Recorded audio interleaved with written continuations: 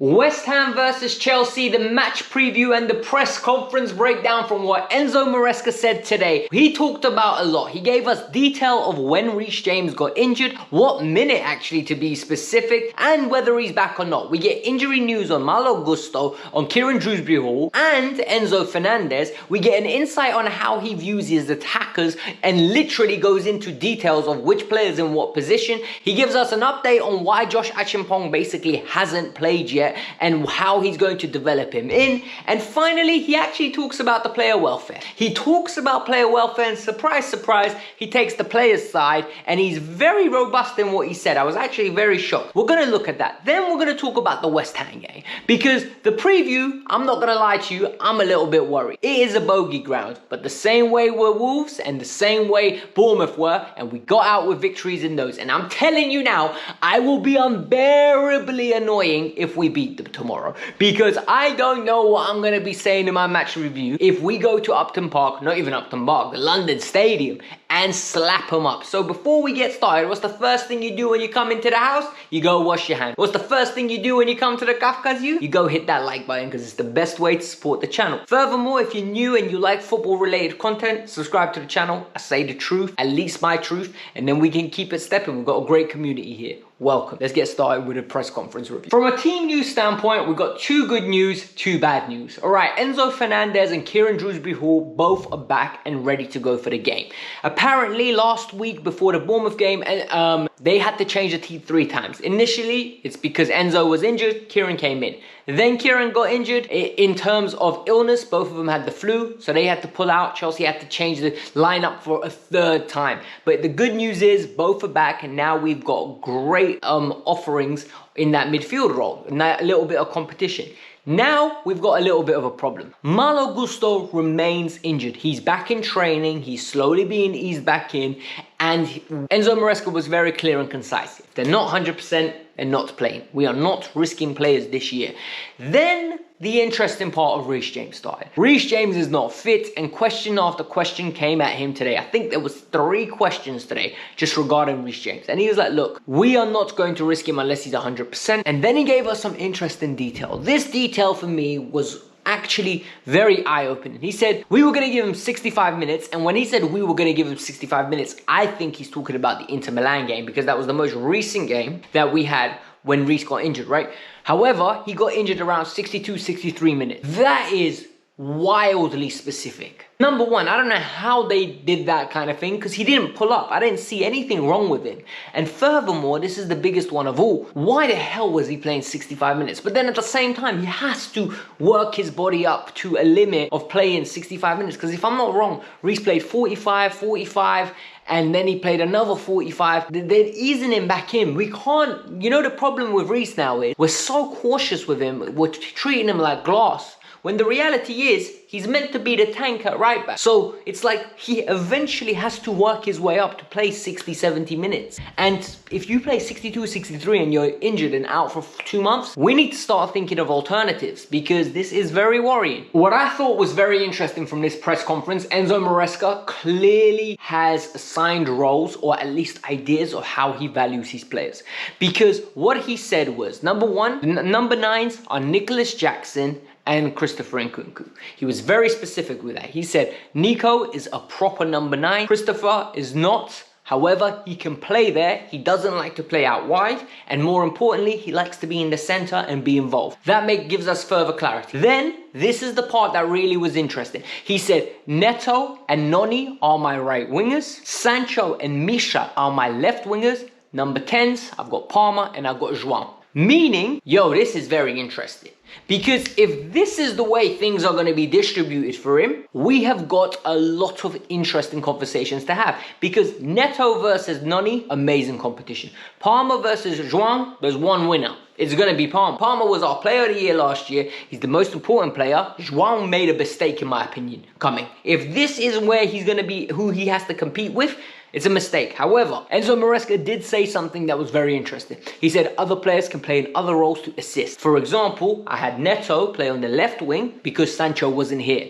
That is politely telling Misha is not good enough. He also went on to say But this doesn't always mean Misha won't play. It was for those games, I preferred Neto on the left. Nah, bro, you just don't like Misha. It's as simple as this. You don't rate him. You're giving him. He's a problem you inherited. The first opportunity you get, you're going to get rid of it. It's as simple as that. I don't want to avoid it. I don't want to sugarcoat it. I know a lot of people really like Mudryk. A lot of people want to like Mudryk to be successful. But I'm telling you what you need to hear, not what you want to hear. Mudryk's time at Chelsea is running out, and it is in front of our eyes how blatant it is. There were two things in this press conference I really enjoyed. Number one, Mark Guiu comment. It was very easy for Enzo to say, who cares about Mark Guiu? But he said, no. By the way, the question moved on, and then he said, one more thing. I've got Mark Guiu at number 9. That is very important, because for me, that is that is management of your team.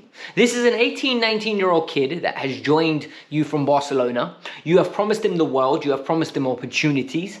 And in his head, if he starts feeling like he's third choice, he's irrelevant, the manager's not even mentioning him, there's a problem there. So he's managing expectations, and hopefully Guiu takes that confidence and strides on. Then he talked about Josh Archimpol.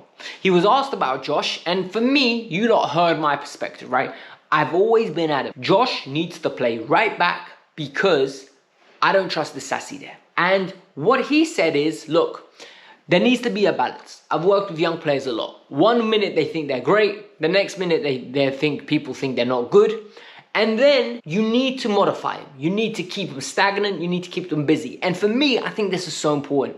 You need to understand, the minute Josh plays a few games and plays 3-4 games, there's going to be an expectation from the people around him, I want to play regular football. So I think what Enzo's doing is, you're not ready to play regular football. You're going to get your opportunity. And when you get your opportunity, make sure you take it. Don't make any silly mistakes. Don't be stupid. However, you will get an opportunity. And he also said, I believe in his potential. I think he could be top. And for me, that's all you can say. Give him an opportunity. The Barrow game, the game I'm going to be going to, by the way, so there will be no post-match reaction straight after, because your boy Kavkas View is going to be turning up, all right? I can't wait. I haven't been to Stamford Bridge, I think, in 2 years now, so I am absolutely gassed. I got a ticket. I'm going to be very excited to see the team, and yeah, it's over the moon. But the next story. Then there's the perspective from a discipline standpoint. Look, Chelsea and Bournemouth got 14 yellow cards. I think it was the highest in a while, and the media made a big deal. You know how everyone wants to sensationalize everything these days, right? Oh my God, there was a 2-foot tackle. It's the worst tackle I've ever seen. Oh my God, the best save I've ever seen. Oh my God, so many yellow cards. Listen,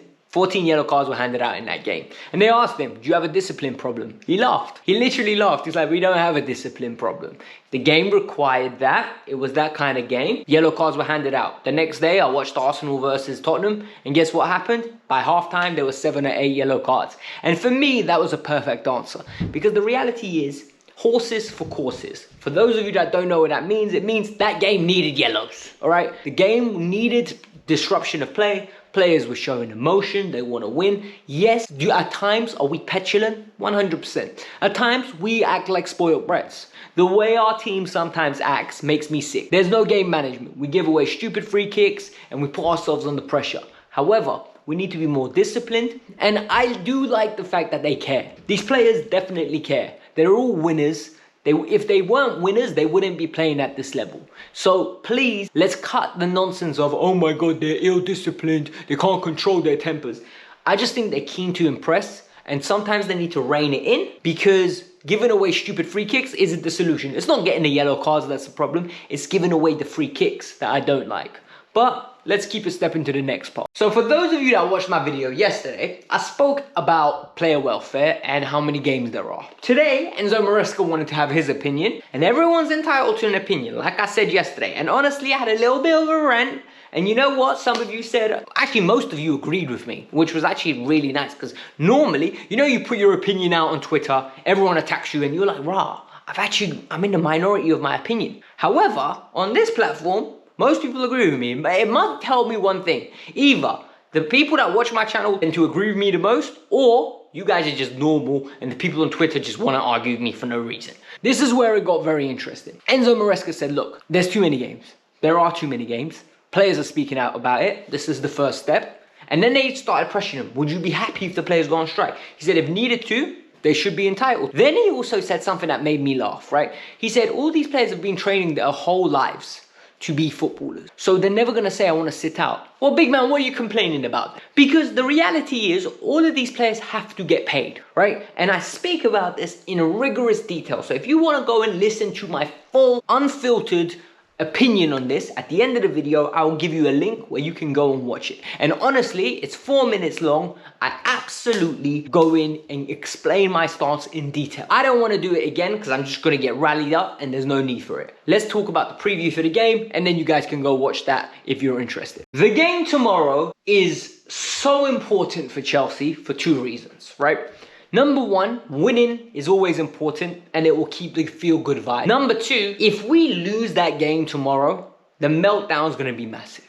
Look, there is a segment of this fan base that wants Chelsea to lose tomorrow because they want to say, I told you so, Pochettino is the right man for the job, we should have kept him. They don't believe in what Maresca is building, they don't believe in this project, and they want to say, I told you so. What camp I sit in is, I believe in this project. I think we are going in the right direction. I like Enzo Maresca's tactics. I like Enzo Maresca's press conferences. I like his in-game management. I like the way that he does not care. He reminds me of Thomas Tuchel in the way he speaks about tactics, the way he holds himself in press conferences. He looks like a man that I think is a Chelsea man. When someone tells me this is a Chelsea man, I think Thomas Tuchel. I think Jose Mourinho. I think Carlo Ancelotti. Now, I'm starting to get visions of Enzo Maresca. And the reason I say this is because I want a trophy, then we'll be like, he's a Chelsea man. This game is important.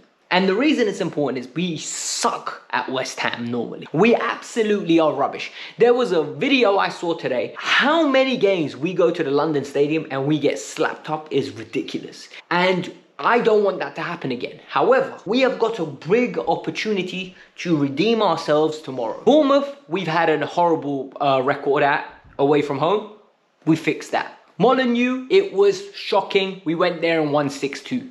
Tomorrow, man, we need to make a point. The boys need to go there and make a point and make a statement. It's as simple as that. We win that game tomorrow, the smoke I'm going to be talking, you lot are going to have to rein me in. Because I promise you, the rivals are going to find me unbearable. All of you are going to have to start praying for them. Because I'll start talking about Arsenal, I'll start talking about Liverpool being frauds, I'll start talking about everything, and I might even start talking about Haaland, right? Telling him that Nico's coming to snatch his chain. I'm joking, it's not going to happen. However, the reality is, it's a huge game. Tactics-wise, we need to be cautious and take our chances. We're going to have the ball, and it's going to be a matter of, can we kill this game off before they have their moment? And let me explain to you. If we're 1-0 up, I'm nervous. If we're 2-0 up, I'm nervous. If we're 3-0 up, I can relax. Reason being is, West Ham are going to have a period. They're going to have a period of 10 to 15 minutes. I don't know when it is. Maybe 10 minutes in the start. Maybe 10 minutes midway through the game. Where they're going to cram us. Crowd's going to go crazy. They're going to be absolutely Antonio down the channels. Bowen putting balls into the box. And what's going to happen is, it's going to be make or break. We need to weather that storm. And then we need to let our quality shine. And we've got a lot of quality in this team right now. Jadon Sancho, you need to have a good performance. Cole Palmer, I need you to step up tomorrow. Noni Madueke or Neto or Felix, whoever the other one's going to be, you need to play. Nkunku, if you're starting, big man, I need you to perform. Nico, Nkunku's coming for your spot. Wesley, Toussaint, and Colwell, I need you lot to play well. Especially, for me tomorrow, by the way, Wesley's going right back. Toussaint and Colwell centre back. I need Toussaint's height. I need Toussaint to absolutely win every header. And I need them to combat Antonio's power. Cucurella, I need you switched on. Midfield, Enzo Caicedo. I need 100 million performances from both of you. Tomorrow is the Champions League final for us. We need to win that game. Do not ruin a weekend for me, guys. It's an all eyes on me 12:30 special. West Ham versus Chelsea. Do not ruin the whole spot for me. Because I'm telling you now, I can't have my whole Saturday, my whole Sunday, and then Tilbarrow absolutely fuming about the result, okay? Let's have a victory. 10 points from 15. We'd be cooking, we'd be laughing, we'd be watching everyone else hate watches left, right, and centre, and then we're going to be absolutely happy. So all I'm going to tell you lot is, hit that like button, go over there and go watch my review for in regards to player welfare. Peace out, I'm out. Have a lovely day. See you tomorrow. Bye.